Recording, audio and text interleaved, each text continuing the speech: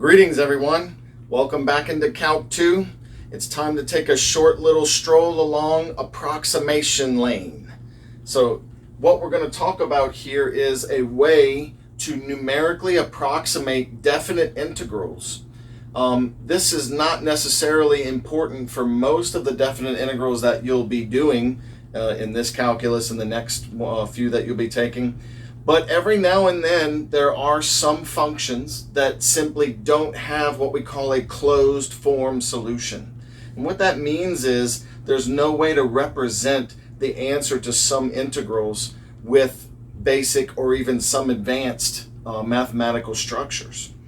I'll give you a couple of examples of integrals that are simply untenable as far as just having a generic solution.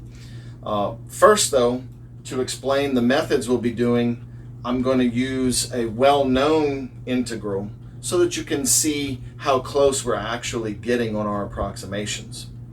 So I need you to think back to Calc 1, and if this stuff is still a little foggy to you, you may want to go back to my Calc 1 series on left and right hand Riemann sums. Okay, the left-hand sum and the right-hand sum, if you remember, are ways that we use rectangles to approach and approximate areas between a function and the x-axis.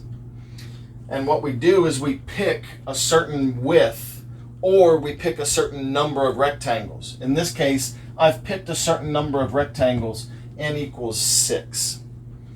So if I pick that and I know that I want to do the integral from 1 to 4 to be represented as the area underneath this function from 1 to 4, right? This is the integral that we're going to be approximating, 1 over x dx from 1 to 4. And it's a very simple antiderivative, right? Just ln. And ln of 4 minus ln of 1. But ln of 1 is 0, so we just have the ln of 4.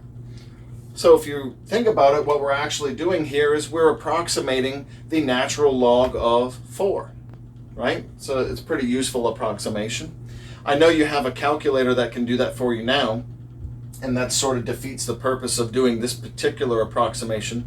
But like I said, later on, there are integrals that don't have a particular button on any calculator, and you need to be able to approximate some of these integrals. Okay, so left-hand sum, getting back on topic here, is whenever I create my rectangles using the left-hand side of each of the divided sections. So once I actually pick my number of rectangles and I know the numbers that I'm supposed to be counting in between, in this sense 1 to 4, and I'm dividing it up into 6 chunks, 6 rectangles, then dividing that up actually gives me 7 markers, right? Because I've got a left and a right-hand side of each of these rectangles. So the left-hand sum uses the distance from the axis to the function that's on the left side of each rectangle. So in other words, I'll be using f of 1, f of 3 halves, f of 2, f of 5 halves, f of 3, and f of 7 halves. And notice that after I'm done with the 7 halves here, that left-hand side covers, that's the last rectangle. Vice versa, the right-hand sum is when I know all of the numbers that I'm counting, and I've divided it up into the 6 sections, but I only use the right-hand side of each section, so I'd only be using the function value at 3 halves, the function value at 2, the function value at 5 halves, the function value at 3, the function value at 7 halves, and then the function value at 4 covers that last rectangle. As you can see from the drawing, in this case, the left-hand sum is an over approximation, and the right-hand sum is an under approximation. That's always what you expect from something that is decreasing on the entire interval, right? When something's decreasing like that, especially something that's not a straight line, you're going to have these little gaps above and below, and it's not going to be the same since it's not linear, right? Each chunk is going to be different. Okay, so to do that, to do the area of each rectangle, remember what I'm doing is the height times the width. And since I've picked 6 rectangles and I'm integrating from 1 to 4, my delta x, which is the width of a rectangle, right?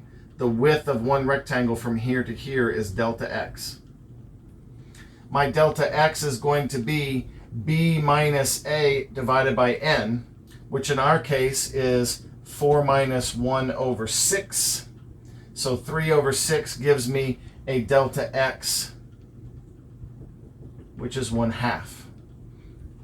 So to get the area of a particular rectangle, I would do that 1/2 times the height. And notice that's exactly what's happening, except what I've done is factored out the 1/2. So I have delta x times the sum of all the function values, which is like adding up all of the individual heights of the rectangles. Okay, so that's left-hand sum. Right-hand sum, exact same idea, except using the right-hand sides. I still have the delta x times the height, right? The width times the height to get each rectangle area. So then f of 1, remember our function is 1 over x. That's just 1. F of 3/2 is 2/3. F of 2 is 1/2.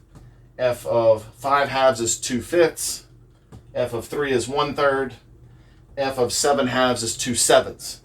If I add all of those up and multiply by 1/2, I get 223 over 140, which is approximately 1.593. Same thing for the right-hand rule, okay? 2/3 plus 1/2 plus 2/5 plus 1/3 plus 2/7 plus 1/4. All of that added up times 1/2 gives me 341 over 280, which is approximately 1.218. So in my calculator, I punched up the ln of 4, and it's approximately 1.386. So notice this is an over approximation, and this is an under approximation, as we guessed before. If you've gone back and watched my Calculus 1 video on left and right Riemann sums, then you would know I also kind of poked in another little way for you to get a more accurate guess on these guys. And I told you anytime you do left and right hand sums, you just average them.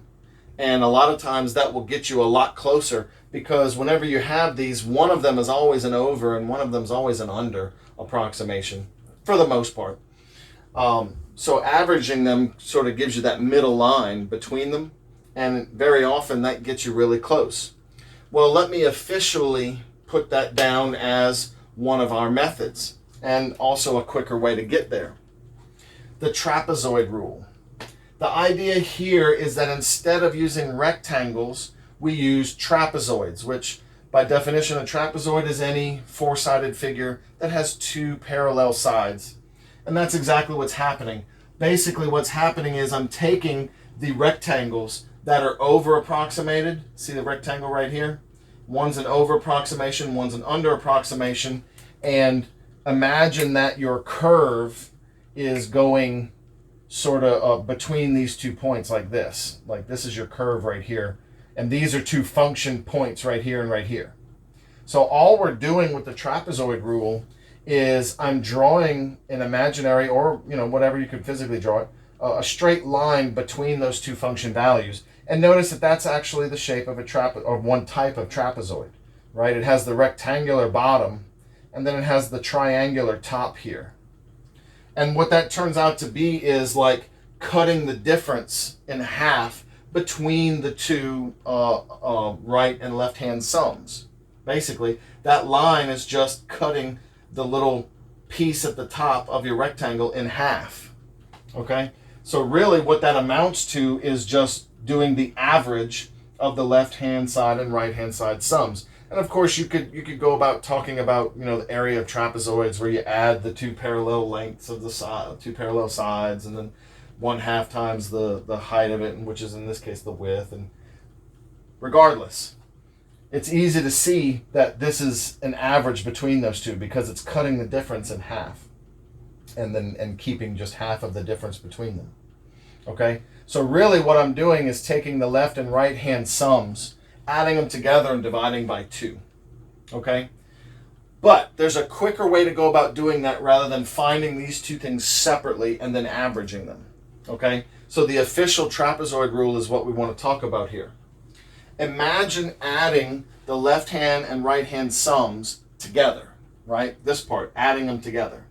So I have the beginning mark, which is of course the A, the beginning X, as part of the left hand sum. And I have the ending mark. In this case, that's X sub 6, because it's the sixth X counted out, which happens to be B, my ending value. Okay? If I'm going to add these two up, the beginning number and the ending number only get added one time, right? Notice f of 1 is only used once. F of 4 is only used once. But they overlap. F of 3 halves, F of 3 halves, F of 2, F of 2, F of 5 halves, F of 5 halves, so on and so on. So except for the very first and the very last x value, all of the other x values are used twice. Once by the left-hand sum, once by the right-hand sum. And when you add these together, you're going to have double these function values. Well, okay, that works out fine though, because then what we end up doing is multiplying by 1/2 to complete our average. So then, in essence, each one of these is only getting used once, right? And then you're only getting half of each of these ends. So that's where this formula comes in right here. This is the actual trapezoid rule right here. You take 1/2 times your delta x, that's the width of your trapezoids or rectangles, times, now f of x sub 0, don't forget, that's the same thing as f of a. In other words, the beginning function value, right? And over here, f of x sub n, right? I have n number of rectangles. That's also f of b, the ending function value. Notice each of those appears once, but then all of the other ones in the middle are going to have a 2 multiplied by it, and I'm summing all of those function values in the middle. So here's what the trapezoid rule would actually look like. If I were to do it for these things right here, I have the 1/2 from the rule, I have the 1/2, that's my delta x, okay? Then here's the beginning f value, f of 1, and then notice here's all the other ones, f of 3 halves, f of 2, f of 5 halves, f of 3, f of 7 halves, and all of them are multiplied by 2, right? And then the very last one, f of 4, just appears the once, okay? So I've got my 1/2, I've got my delta x, and I'm adding up the function values where all of the middle ones have been doubled. That's the trapezoid rule. If you add all this up, you will get the same thing as if you took this fraction and this fraction, added them together and divided by 2. What you will get is 787 over 560, and that approximately gives us 1.4054, which, as you'll notice, is a much closer approximation to the actual value of our integral than the other two were.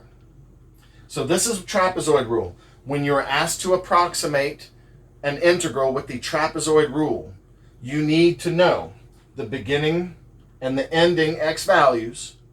You need to know how many rectangles so that you can figure out how to divide them up. You will need to find the function values at all of the little sub-intervals wherever there's a split, right? And you can find all of these little splits by calculating your delta x. Okay, so they'll give you a beginning and ending function value, in this case 1 and 4, right? And a number of rectangles. First thing you do is you calculate your width. And then using that, you can count all of your little marks from beginning to end. To do trapezoid rule, you do 1/2 times your delta x. You add up all of your function values of all the marks and make sure that you're doubling all of the ones that are in the middle. Right? The two ends are not doubled. And then that's the trapezoid rule to approximate an integral. All right? We have one more approximation method to talk about, and then we'll do a couple of examples. Next, let's add the best approximation method that we have with this kind of approach.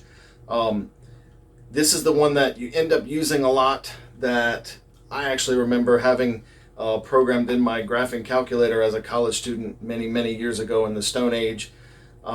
Simpson's rule takes a simple twist on the idea and makes it the best that it can be given this particular approach.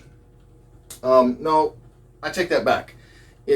You could find other approximations with these approaches that are closer, but this particular method has the same efficiency as some of the other ones. If you keep trying to crank up the accuracy, sometimes you'll sacrifice in the amount of work that you have to put into it. With this particular method, it's really not any more work than the methods that we've already been talking about. Simply knowing that this method exists and knowing which pieces to put where make it that much more effective, and still the same amount of work as the other approximation methods. So that's why this method is really nice. And basically, if what we've done with this method is we've just taken the same idea as the trapezoid rule and gone a step further. The trapezoid rule attempted to use straight lines to approximate the curve itself, so that the shapes that you're getting the area underneath kind of follow the curve, right? And that really did minimize the error quite a bit. So let's go the next step. Most of the functions that we integrate are not straight lines. So why not try to match a curve with something that is also curved? And that's what Simpson's rule does. It attempts to take a 2 delta x wide chunk, not just one of the rectangles now, 2 of the delta x's. It attempts to take 2 of those and fit a piece of a parabola along the top of them, okay? And the reason for 3 is because of the way we have to integrate the parabola, and the way you have to identify a particular parabola is with 3 points. You can't just use 2 anymore. If you want a definitive parabola, you need 3 points. So we're going to take 3 points, a beginning, a middle, and an end, and that covers 2 different delta x sections. You still have to choose the same delta x, but this method is going to cover it in chunks of 2 at a time, okay? And what happened is they set up this idea, they put a parabola along the top, and then basically, now this is in no way a proof. If you want the proof, go look in the textbook. They have a nice drawn out, it's not too long. Basically, the idea is that once they integrated the simple thing, the parabola, just something with an x squared, right? When they integrated that, they realized that the same result was gotten by taking the delta x, right, the width of one of these 2 pieces, divided by 3, and then adding the function values in this manner, such that the 2 endpoints, the very front and the very back, just get added one time in a function value stance, but then the middle one gets multiplied by 4 and added in. And this gives us the area, not necessarily under the function, but it's the area under the parabola that's really close to the function, okay? So this right here is an approximation of this chunk of the area that you're trying to look for. So this is what we do. We take 2 rectangles at a time. Well, they're not going to be rectangles anymore, but 2 of those delta x sections at a time. And we basically are going to be adding up using this technique here. Just a few function values, right, where the middle one gets multiplied by 4. But to make them seamlessly be next to each other, I have to overlap endpoints, not middle points, endpoints.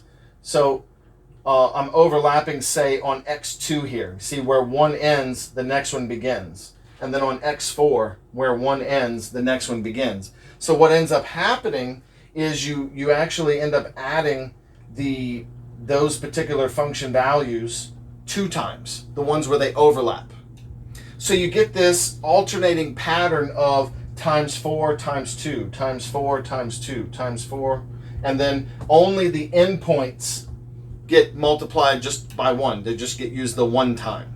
Okay, because it's the very beginning and the very end, there's nothing connecting to those, so they only each get used 1 time. the delta x over 3 comes from the original formation from the parabola there. Okay? So this is Simpson's rule. Notice you're doing the same amount of work. I'm still writing down a list of just the function values of the thing that I'm integrating, but I'm changing the coefficients a little bit, right? I start off with just 1, and then you go with a 4, and then you alternate 2, 4, 2, 4, 2, 4. And you should always stop, right? The last one should be a 1, and the one next to it should be a 4, because notice the way these things are grouped. Your endpoint should only be used once, and the next one next to it should have been the middle of a 2 group, okay? To guarantee this, what you need to show is that n has to be an even number. If n is an even number, you're guaranteed to have these chunks of 2 at a time, okay? It's not going to work if you have just a single chunk, right? A single one of these strips right here, because I need 3 points to guarantee a parabolic path. And you don't want to overlap any of them because I don't want to count any of these areas twice, okay?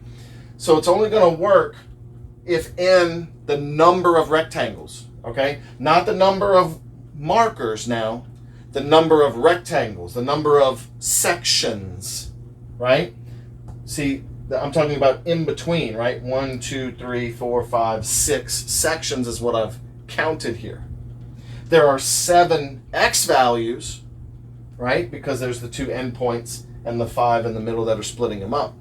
But there's actually 6 sections. You need an even number of sections so that you can have a whole number of divided up chunks in groups of 2.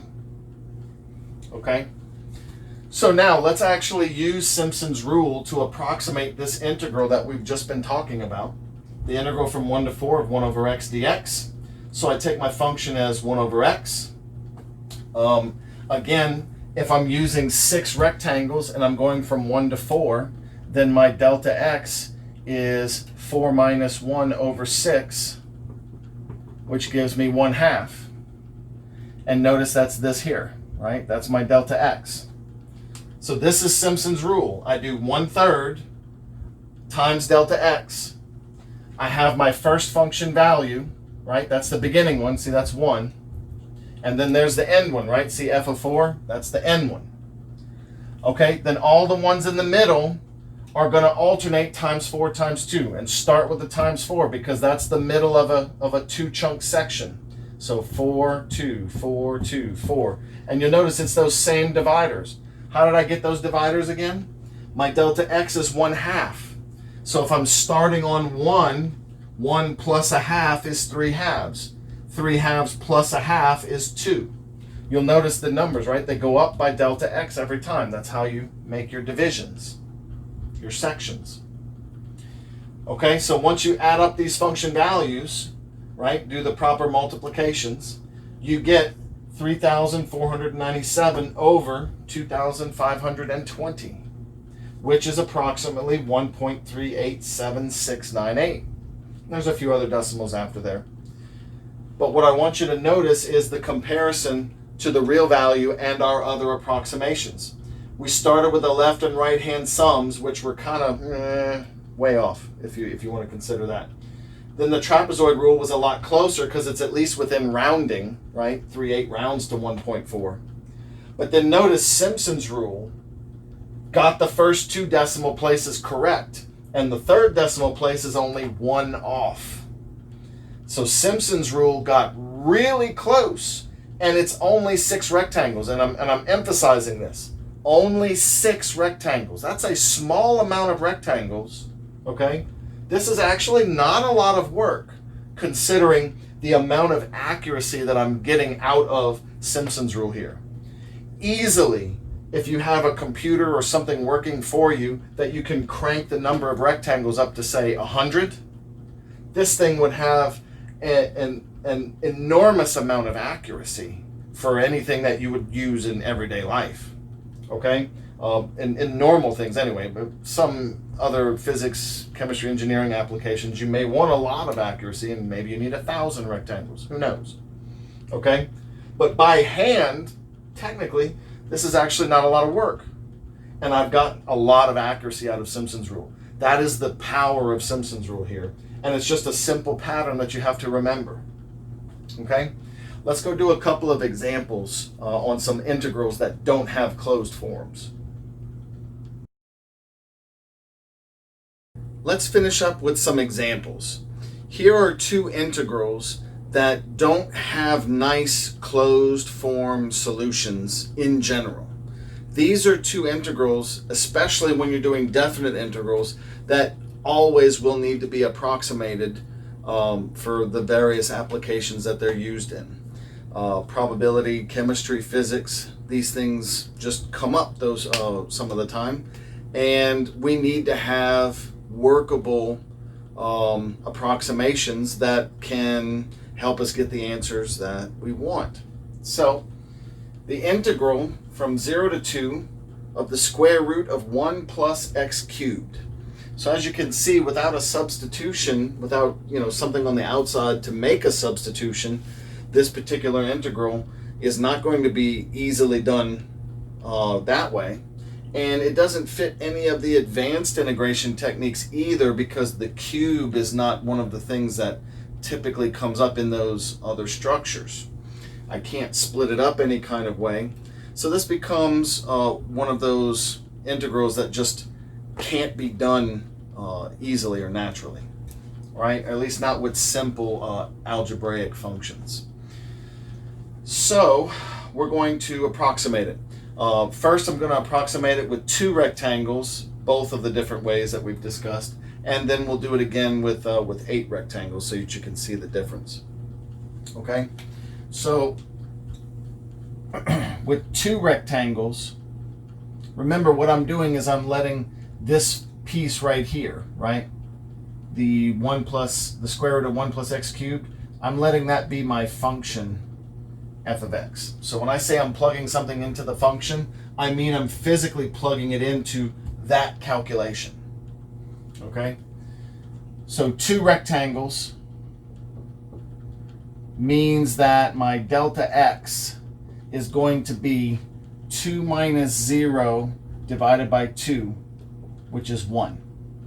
Okay? So for two rectangles, I'm expecting a delta x of 1. Which should make sense to you, right? Because I'm starting at 0 and going to 2. So if I've got just two rectangles, it's got to go 0, 1, and then 2, right? Okay.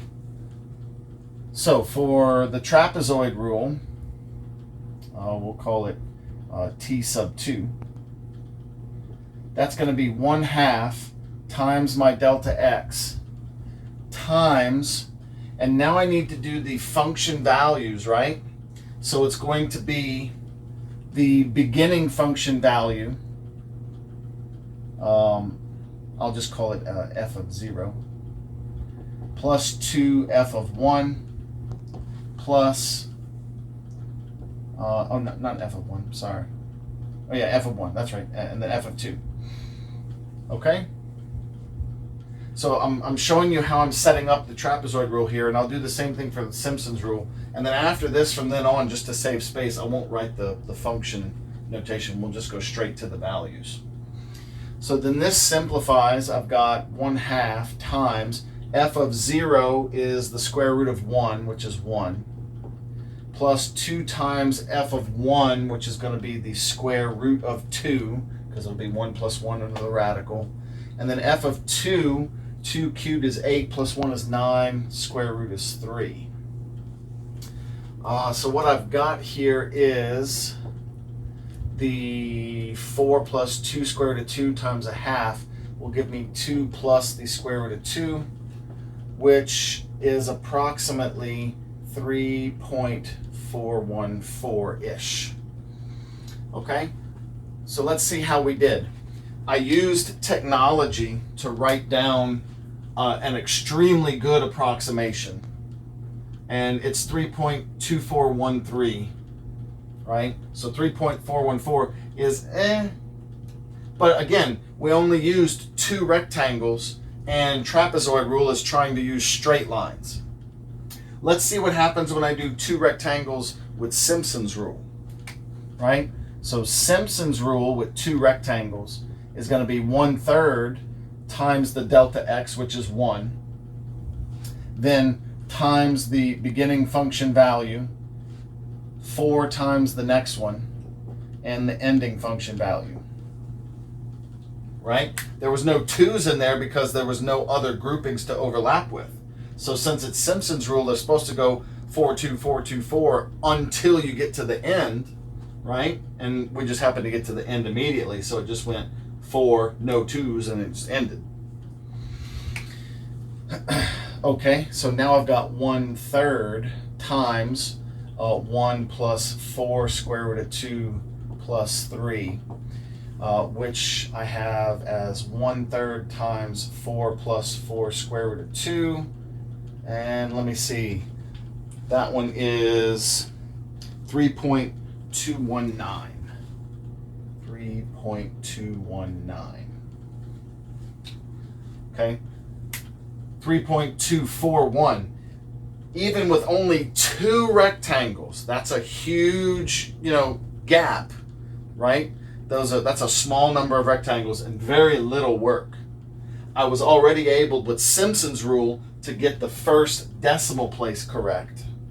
Okay, and then that one rounds to 2.2. This one rounds to 2.4. It's starting to get a little bit off there. But again, we didn't put in hardly any effort at all. Just two rectangles there. Okay, so then let's approximate this same integral now with 8 rectangles. Right? With 8 rectangles. That means that my delta x is now going to be 2 minus 0 over 8, which is 1/4. Okay. So now I'm going to do this same kind of thing, okay? But my x values, let me go ahead and list the x values so that you can see what I'm going to be plugging in, okay? X values for this plug-in are going to be 0, 1/4, 1/2, 3/4, 1, 5/4, 3/2, 7/4, and 2. Okay? So those are the function values that I'm going to be using. I'll be doing f of 0, f of 1/4, f of 1/2, f of 3/4. But I'll be doing them in the certain patterns. Okay? So t sub 8. I've still got the 1/2 from the trapezoid rule times my delta x, which is 1/4. Now I've got to do my function values, and yes, I did them on paper to make sure that I stayed organized here. Okay, so we still have f of 0, which is 1, and then I've got 2 times f of 1/4, so that's square root of 65/64, plus 2 times the square root of 9/8, which is f of 1/2. Okay, what's happening is 1/2 cubed is 1/8, and then I'm adding to 1, which is 8/8, so I got 9/8. And that's what I did pretty much with every time. Every time I cube one of the inputs, I have to do a common denominator, and then I have a radical of that fraction ready to go. Plus 2 times square root of 91/64, plus 2 square root of 2, and then 2 square root of 189/64, plus 2 square root of 35/8, plus 2 square root of 407/64, and plus 3. Okay? So notice, trapezoid rule, right?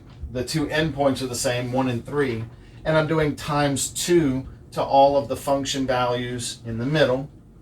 And then once you punch this one up, you get that it's 3.25174. Okay? So we've gotten a lot closer there with that trapezoid rule. Of course, we put in a good bit more work, right? 8 rectangles means I had to have 9 function values. And we did get a lot closer. We got to 1 decimal, and then the second decimal is only 1 off. For the same amount of work, though, I can do Simpson's rule, and all I need to change is a few of the coefficients, right? Simpson's rule, sub 8, with 8 rectangles there. 1/3 times 1/4. And then it'll be 1 plus 4, square root of 65 over 64. And then 2. And then 4. And then 2. 4. 2. And 4. And then, of course, the n number, right? And that one comes out to be 3.24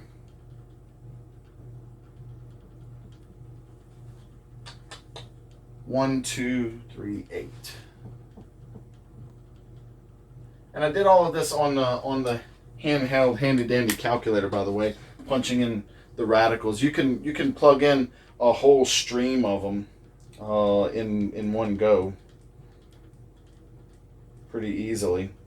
As you can see, I've got the 1 plus, and then I've got 4 times the radical there. And as you keep going, you can see the other radicals. You can just plug them in a line in one go.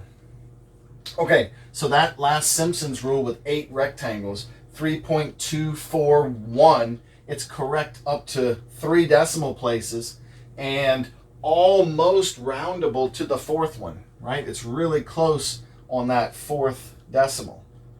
It may seem like a lot of work just putting all of this into a calculator, but if you think about it, plugging all this in may take 1 minute, right? And you're getting a really nice approximation on this particular value of this integral that you couldn't even do with any of the other techniques itself. Okay, so we're actually approximating something here that you wouldn't be able to do any other way. Let's do this one. Okay, just like before, let's start with 2 rectangles. Okay, which means that my delta x is going to be, see, the integral from 0 to 1. So 1 minus 0 over 2 is a half, right? Okay.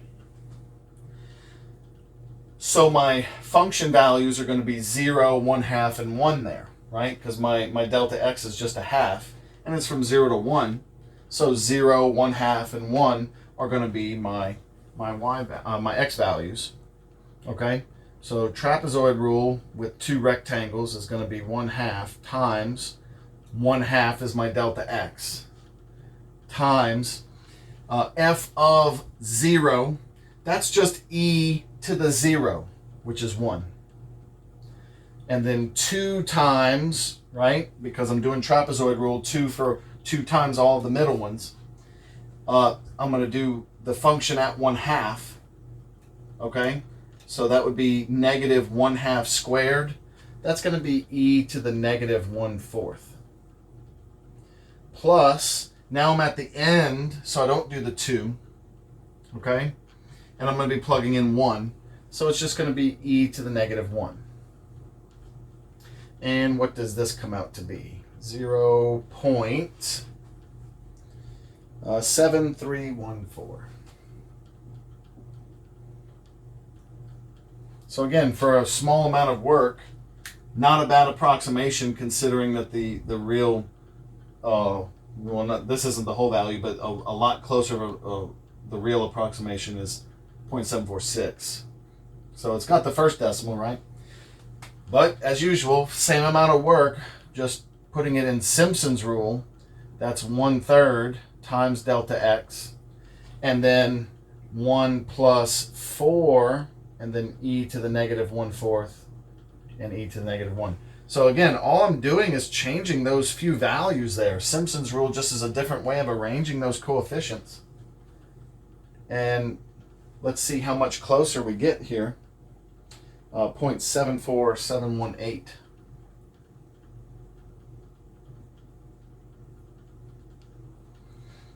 So that one's got 2 decimal places already down, and the third one is really close, right? So that's a much better approximation for the same amount of work in Simpson's rule. Okay. Now let's do this one with 6 rectangles. Okay? So with 6 rectangles,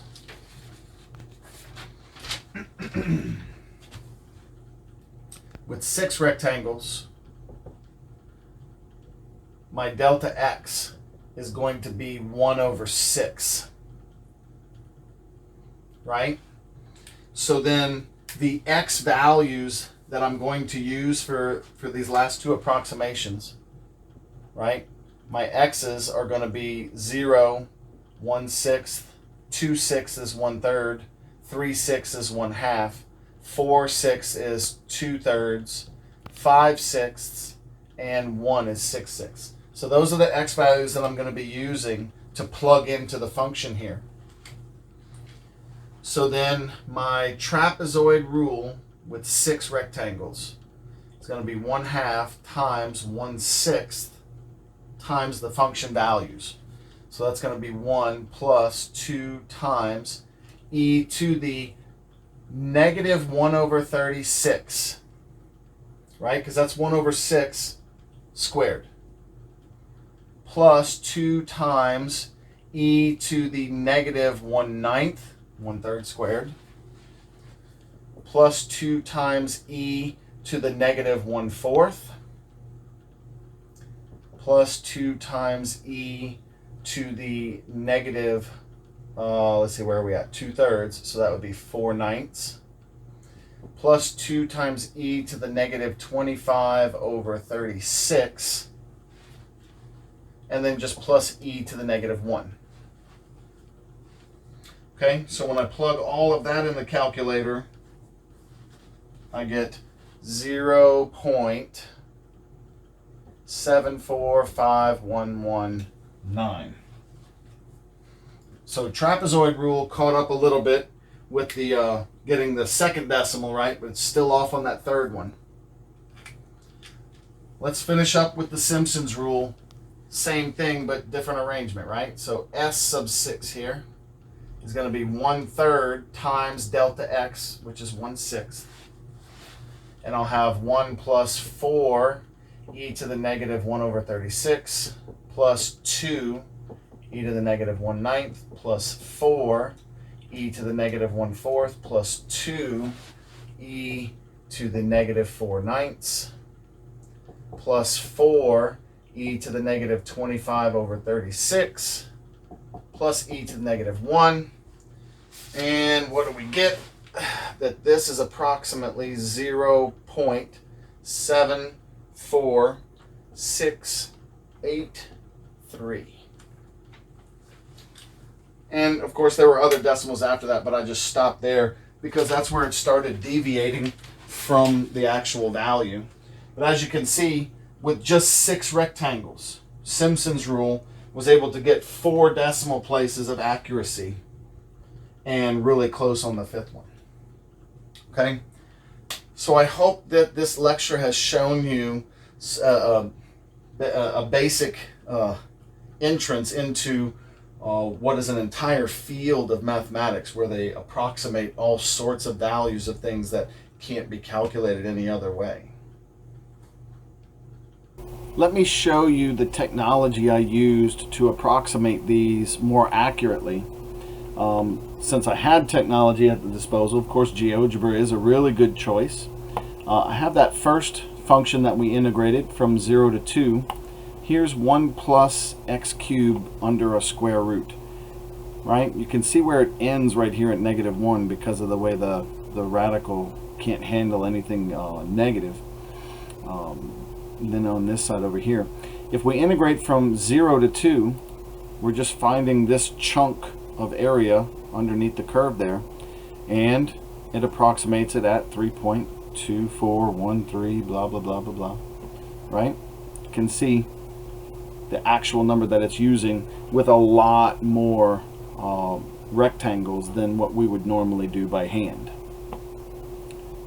The other function we looked at was e to the negative x squared, and I'm hoping you recognize this. This is a basic bell curve used a lot in probability and statistics. And here we integrated from 0 to 1 right here, and you can see that's where we got the 0.746824 da da da da da.